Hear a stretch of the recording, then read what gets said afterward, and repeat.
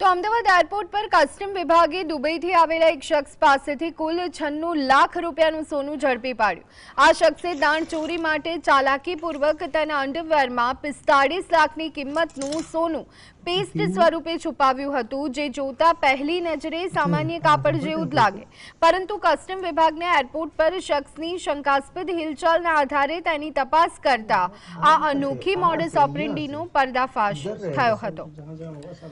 તો આ અંગે વધુ વિગત મેળવી લઈએ। સંવાદદાતા અમારી સાથે જોડાશે થોડીક જ વારમાં, પરંતુ અત્યારના હાલના જે સમાચાર સામે આવી રહ્યા છે, અમદાવાદ એરપોર્ટ પર કસ્ટમ વિભાગે દુબઈથી આવેલા એક શખ્સ પાસેથી કુલ 96 લાખ રૂપિયાનું સોનું ઝડપી પાડ્યું છે। આ શખ્સે દાણચોરી માટે ચાલાકીપૂર્વક તેના કપડામાં 45 લાખની કિંમતનું સોનું પેસ્ટ સ્વરૂપે છુપાવ્યું હતું, જે જોતા પહેલી વખત તો કપડું જ હોય તેવું લાગી રહ્યું હતું, પરંતુ ત્યારબાદ આ શખ્સની જે હિલચાલ હતી તેને જોઈ અને અધિકારીઓને શંકા જતા તેની ચકાસણી કરવામાં આવી હતી।